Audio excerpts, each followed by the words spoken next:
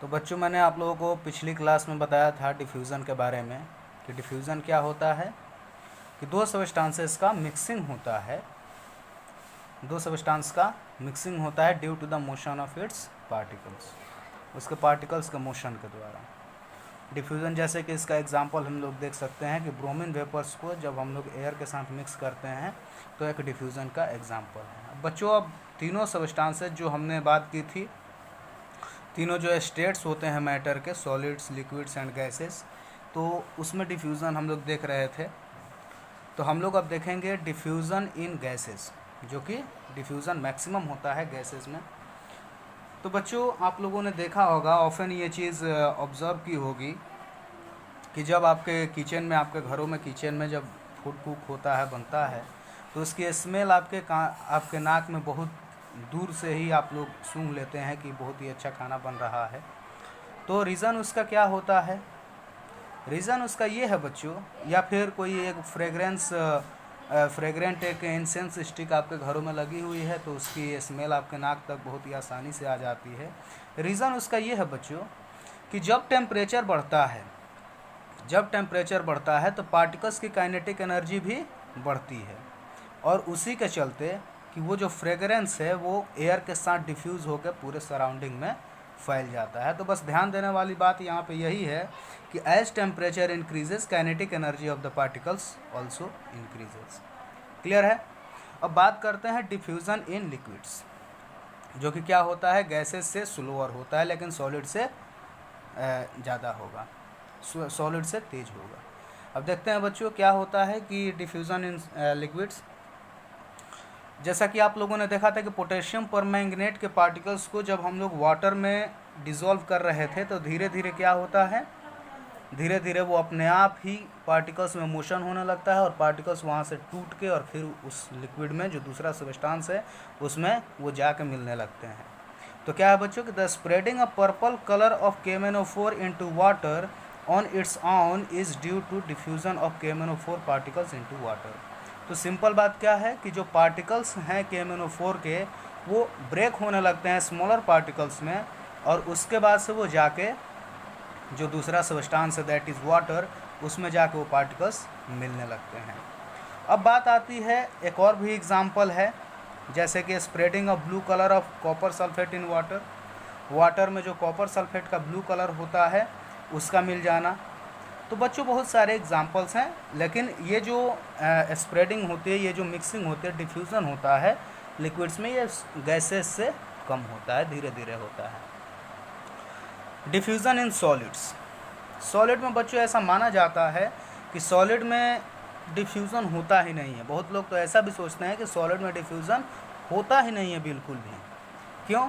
The diffusion of a solid substance into another solid substance is so slow, वो इतना slow होता है that many people think that diffusion does not take place in solids at all. Means that कि solid में diffusion इतना slow होता है कि उसको हम लोग ऑब्ज़र्व नहीं कर पाते, इसीलिए बहुत सारे लोग ऐसा भी सोचते हैं कि सॉलिड में डिफ्यूज़न नहीं होता।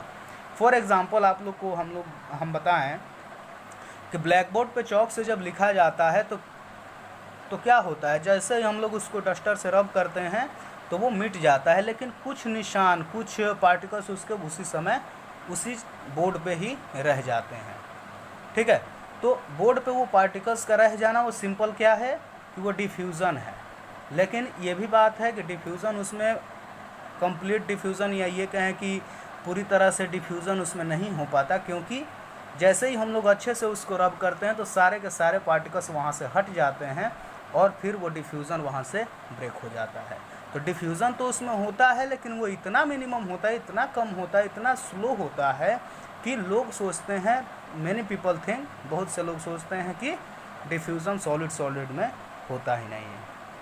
क्लियर हो रही है बात? टेम्परेचर चूँकि एक बहुत बड़ा फैक्टर है, इसलिए टेम्परेचर के बारे में हम लोग कुछ चीज़ें जान लें। तो टेम्परेचर क्या है बच्चों? आपने क्लास 7 में पढ़ा होगा। टेम्परेचर क्या है? डिग्री ऑफ हॉटनेस, किसी भी सब्सटेंस की जो डिग्री ऑफ हॉटनेस है उसी को हम लोग कहते हैं बच्चों टेम्परेचर। इसको हम लोग कैपिटल T से रिप्रेजेंट करते हैं। इसके दो यूनिट है, कॉमन यूनिट होता है किसी भी फिजिकल क्वांटिटी का, और एक SI यूनिट होता है। कॉमन यूनिट मतलब कि जो हम लोग कॉमनली यूज़ करते हैं, और एसआई यूनिट मतलब कि इंटरनेशनल स्टैंडर्ड वाला यूनिट। तो कॉमन यूनिट टेम्परेचर का होता है डिग्री सेल्सियस, जिसको कि डिग्री सी से रिप्रेजेंट करते हैं, और एसआई यूनिट जो होता है वो केल्विन होता है, जिसको कि हम सिंपली के से रिप्रेजेंट करते हैं। इसमें डिग्री के नहीं लगाते हैं बच्चों, इस बात का बिल्कुल ध्यान रखना होता है। तो एग्जाम्पल के तौर पे हम कहें कि 0 डिग्री सेंटीग्रेड मेल्टिंग पॉइंट होता है आइस का, मतलब कि 0 डिग्री सेंटीग्रेड पे आइस मेल्ट होना शुरू हो जाता है और सॉलिड फॉर्म से वो लिक्विड में कन्वर्ट होना शुरू हो जाता है। 273 डिग्री जो 273 केल्विन जो होता है वही मेल्टिंग पॉइंट होता है आइस का, मतलब कि 0 डिग्री सेंटीग्रेड और 273 केल्विन दोनों के दोनों क्या हुए बच्चों, इक्वल हुए। तो इसको हम लोग ऐसे भी लिख सकते हैं, 0 डिग्री सेंटीग्रेड और 273 केल्विन दोनों क्या हुए बच्चों, इक्वल हुए ना। 273 केल्विन और 0 डिग्री सेंटीग्रेड। अगर हम लोगों को एक और बात कहना हो, अगर हम लोगों को केल्विन की बात करनी हो कि 0 डिग्री केल्विन कितना होता है, तो हम लोग सिंपली उसको लिख सकते हैं डिग्री सेंटीग्रेड प्लस 273। अब इसको ज़रा हम लोग इसको कन्वर्ट करके देखते हैं, कुछ टेम्परेचर्स हैं, जैसे कि 298 केल्विन को हमें डिग्री सेंटीग्रेड में कन्वर्ट करना है। 298 केल्विन को हमें डिग्री सेंटीग्रेड में कन्वर्ट करना है। कैसे करेंगे इसको, तो देखिए बच्चों क्या है formula, kelvin is equal two degree centigrade plus 273। Kelvin की जगह पे 298 रख देंगे, डिग्री सेंटीग्रेड वैसे का वैसा है और 273 आप लोग ऐड कर देंगे। तो डिग्री सेंटीग्रेड इक्वल टू क्या हो जाएगा, 298 माइनस 273 कितना आ गया, 25। तो 298 केल्विन किसके इक्वल है बच्चों, 25 डिग्री सी के। अब एक और है, convert 103 degree centigrade into kelvin scale. इसको आप लोग कन्वर्ट करके दिखाइए जल्दी से अपनी कॉपी में कन्वर्ट करिए।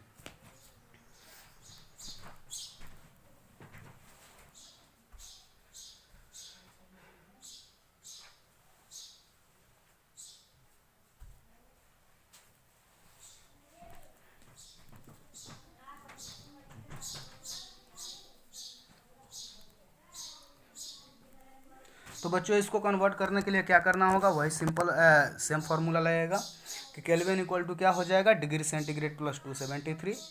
डिग्री सेंटीग्रेड की जगह पे 103 आप लोग पुट करेंगे, तो केल्विन इक्वल टू कितना आ जाएगा, 376।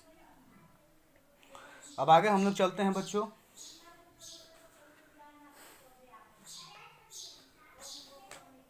Change of state of matter. Change of state of matter कि बच्चों मैटर का स्टेट दो चीज़ों से चेंज हो सकता है। अगर दो फिजिकल क्वांटिटीज़ को हम लोग चेंज करें तो मैटर का फिजिकल स्टेट भी चेंज हो सकता है, और वो फिजिकल क्वांटिटीज़ हैं टेम्परेचर एंड प्रेशर। तो या तो हम लोग टेम्परेचर चेंज कर दे तब मैटर का फिजिकल स्टेट चेंज हो जाएगा, या फिर प्रेशर चेंज कर दे तब भी मैटर का फिजिकल स्टेट चेंज हो जाएगा। तो सबसे पहले देखते हैं effect of change of temperature. तो पहला है बच्चों सॉलिड टू लिक्विड चेंज, मतलब कि मैटर क्या है, पहले सॉलिड में है, अब वो किस में चेंज हो रहा है, लिक्विड में। तो इस प्रोसेस को हम क्या कहते हैं कि जब कोई सॉलिड सब्सटेंस लिक्विड सब्सटेंस में चेंज होता है तो इस प्रोसेस को हम कहते हैं मेल्टिंग। तो जब बच्चों जरा देखते हैं मेल्टिंग क्या होता है। The process in which a solid substance changes into a liquid, मतलब कि एक ऐसा प्रोसेस जिसमें कि एक सॉलिड सब्सटेंस लिक्विड में चेंज होता है on heating is called melting और फ्यूजन। मतलब कि एक ऐसा प्रोसेस जिसमें कि कोई सॉलिड सब्सटेंस लिक्विड में चेंज होता है हीट करने पे, तो इस प्रोसेस को हम कहते हैं मेल्टिंग और फ्यूजन। क्लियर है बच्चों, मतलब कि आइस अगर कन्वर्ट हो रहा है लिक्विड में वाटर में, तो वो प्रोसेस क्या कही जाएगी, मेल्टिंग। लेकिन मेल्टिंग पॉइंट क्या है, the temperature at which a solid substance melts and changes into a liquid at atmospheric pressure is called melting point of the substance. मतलब कि कोई एक सॉलिड सब्सटेंस हो, ठीक है, जब वो मेल्ट होके किसी एटमॉस्फेरिक प्रेशर पे और एक पर्टिकुलर टेम्परेचर पे ही क्या होगा कि एक ऐसा टेम्परेचर जिस पे कि एक सॉलिड सब्सटेंस लिक्विड में कन्वर्ट हो जाए अपने एटमॉस्फेरिक प्रेशर पे, गिवन एटमॉस्फेरिक प्रेशर पे, तो उसी टेम्परेचर को हम लोग कहेंगे melting point of the substance. बच्चों ये एटमॉस्फेरिक प्रेशर इस डेफिनेशन में कहना बेहद ही जरूरी है। अगर एग्जाम्पल हम लोग देखें तो फॉर एग्जाम्पल यहाँ पे क्या है कि आइस की मेल्टिंग पॉइंट क्या होती है बच्चों 0 डिग्री सेंटीग्रेड, वैक्स की मेल्टिंग पॉइंट क्या होती है 63 डिग्री सेंटीग्रेड, आयरन की मेल्टिंग पॉइंट क्या होती है बच्चों 1535 डिग्री सेंटीग्रेड। बच्चों एक बात क्या यहाँ पे आप लोग गौर कर पा रहे हैं कि तीनों के तीनों सॉलिड हैं, आइस वैक्स एंड आयरन तीनों के तीनों सॉलिड हैं, लेकिन तीनों की मेल्टिंग पॉइंट में इतना डिफरेंस क्यों है कि नहीं? तो इसको इस पॉइंट से ये क्लियर हो जाएगा। The melting point of a solid is a measure of the force of attraction between its particles. मतलब बच्चों कि तीनों पार्टिकल्स की मेल्टिंग पॉइंट इतना डिफरेंट है, तो ये क्या बताता है? जिसका मेल्टिंग पॉइंट जितना ज़्यादा है उसके पार्टिकल्स के बीच में फोर्स ऑफ अट्रैक्शन उतना ही ज़्यादा होगा। मतलब कि मेल्टिंग पॉइंट किसी भी सब्सटेंस का कितना है, ये मेल्टिंग पॉइंट बताता है कि उस सॉलिड के अंदर पार्टिकल्स के बीच में अट्रैक्शन फोर्स कितना ज़्यादा है। क्लियर हो रही बात? जैसे कि बच्चों आप लोग जानते हैं कि आयरन के पार्टिकल्स बहुत क्लोज होते हैं, और जाहिर सी बात है कि पार्टिकल्स इसके क्लोज होंगे तो टाइटली अट्रैक्टेड होंगे, स्ट्रांगली अट्रैक्टेड होंगे, और इसी के चलते इसका मेल्टिंग पॉइंट सबसे ज़्यादा है इन तीनों में। Higher the melting point of a substance greater will be the force of attraction between its particles. मतलब कि जितना ज़्यादा मेल्टिंग पॉइंट होगा उतना ही ज़्यादा फोर्स ऑफ अट्रैक्शन उनके पार्टिकल्स में होगा।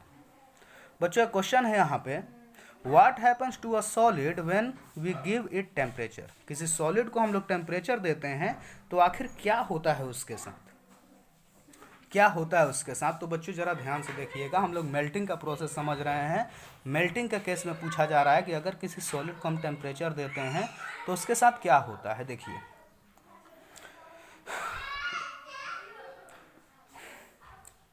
जब किसी सॉलिड का हम टेम्परेचर राइज करते हैं तो उसके पार्टिकल्स जो कि टाइटली पैक्ड होते हैं वो वाइब्रेट करने लगते हैं। जब किसी सॉलिड को हम टेम्परेचर इंक्रीज करते हैं तो उसके पार्टिकल्स जो कि टाइटली पैक्ड होते हैं वो वाइब्रेट करने लगते हैं बहुत तेज़ी से, और जब वो अपने मेल्टिंग पॉइंट पे पहुंचता है तो पार्टिकल्स की काइनेटिक एनर्जी बढ़ जाती है और मैक्सिमम हो जाती है। पार्टिकल्स की काइनेटिक एनर्जी का जब बढ़ जाती है तो पार्टिकल्स के बीच में जो फोर्स ऑफ अट्रैक्शन है बच्चों वो लूज हो जाता है, डिक्रीज हो जाता है। जब काइनेटिक एनर्जी मैक्सिमम होगा उसके मेल्टिंग पॉइंट पे तो उसके बीच में के जो भी पार्टिकल्स हैं उनके बीच में फोर्स ऑफ अट्रैक्शन कम हो जाएगा, और जब फोर्स ऑफ अट्रैक्शन कम हो जाएगा तो वो लिक्विड से जब वो पार्टिकल्स एक दूसरे से दूर दूर जाने लगेंगे और वो लिक्विड में कन्वर्ट हो जाएंगे। तो क्लियर हो रही है बात बच्चों कि अगर हम लोग वैक्स की बात करें तो वैक्स में क्या होगा, उसके पार्टिकल्स पहले क्लोज होंगे एक दूसरे से, जैसे ही उनको हम लोग टेम्परेचर देंगे तो पार्टिकल्स क्या होंगे, वाइब्रेट करना शुरू करेंगे अपने मेन पोजीशन पे।